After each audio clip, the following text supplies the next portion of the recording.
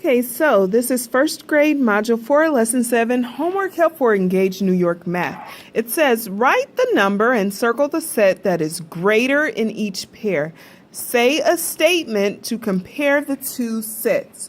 All right, so first we write the number. Let's look here. I see a 10. Remember, always circle your 10s. So I have 1 10, 2 10s here, and then over here I have 1 10. All right, so write the number and circle the set that is greater. So I have 10, 20, 21, 22. Write my number above it. I'll do above. So I have 22 here, and then I have 10, 11, 12, 13, 14 on this side. So we're trying to find the number or the set that is greater in each pair. So looking on this side, I have 22 items, and over here I have 14. What number is greater? What is the biggest number? 22 is, so I'm going to circle the whole set here of 22. All right, so the same thing happens on this side, and then down here it says circle the number that is greater for each pair. So first we need to know what 3 10s and 8 1s equal. Well, I know I have 3 10s and I have 8 1s, so that number is 38. Here I have 3 10s and 9 1s, 3 10s, 9 1s, that number is 39. Circle the number that is greater, and I know that 39 is the bigger number because when you count, you go 38, 39. The last number you say when you count is the biggest number. So let's circle 3 10s, 9 1s. That's our biggest number. You'll do the same thing over here. All right, down here it says write the number. So that's the first thing I'll do. Write the number. So I had circle my 10s. That way it's easier for me to count. I can count without circling my 10s, but some of us can, and so I want us to get in the habit of circling our 10s when we count. So I have 10, 20, 30, 31 on this side, and you can write it anywhere you have space as long as you don't write it, too close to the middle. I don't want you confused. And then I have 10, 20, 21, 22, 23, 24 on this side. So now it says circle the set that is less in each pair. So when you count, it's the smallest number or the first number you get to. So 31 is on this side, and I have 24 on this side, and I know that 24 is the smallest number. So the set I'm going to circle is 24, and I know this because when I count, I go 24, 25, 26, 27, 28, 29, 30, 31. I get to 24 before I get to 31, and that's how I know it's the smallest amount, the smallest number. And then it says say a statement to compare the two sets. So 31 is greater than 24. That means it's bigger than 24, or 24 is less than 31. All right, let's look down here. It says circle the number that is less for each pair. It's the same thing we did up here.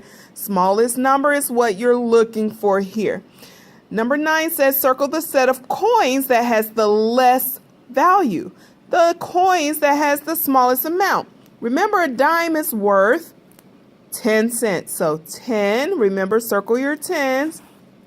And you don't have to circle your 10s. It's for those who don't really understand their 10s and 1s yet. And then over here I see a 10 here because a dime is worth 10 cents.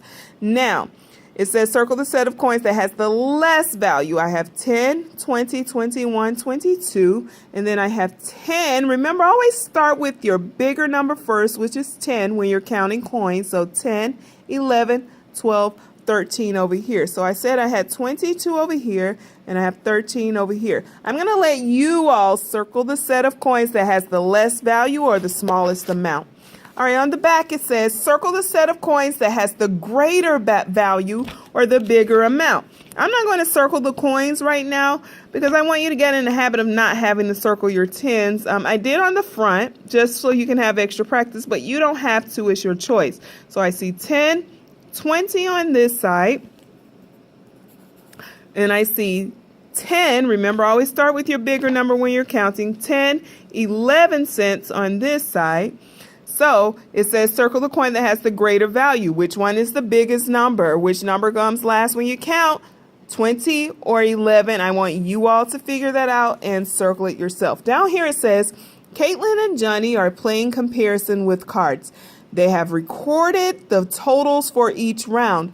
For each round, circle the total that won the cards and write the statement. The first one is done for you. So down here it says in round 1, the total that is greater wins. The total that is greater wins. 16 or 19, which is the biggest number or the greatest number? 19, which is why they circled it. And then our statement says 19 is greater than 16. All right, I'm skipping round 2 and round 3. Let's go to round 4. It says the total that is less wins. Which number is smaller, 29 or 26? I know that 26 is smaller. And so I start with the number I circled. 26 is less than, sorry, I'm trying to record it right, less than 29. It's the smallest number. It's less than 29. Don't forget your period, all right? Down here it says if Caitlin's total is 39 and Johnny's total has 3 10s, 9 1s, write down what 3 10s and 9 1s is before you move on. Who would have a greater total? Draw a math drawing to explain how you know. That's a bonus on the homework. I want to see who can do it right, who can do it themselves, okay? All right, it's your turn to give it a try. Enjoy the rest of your day. Goodbye.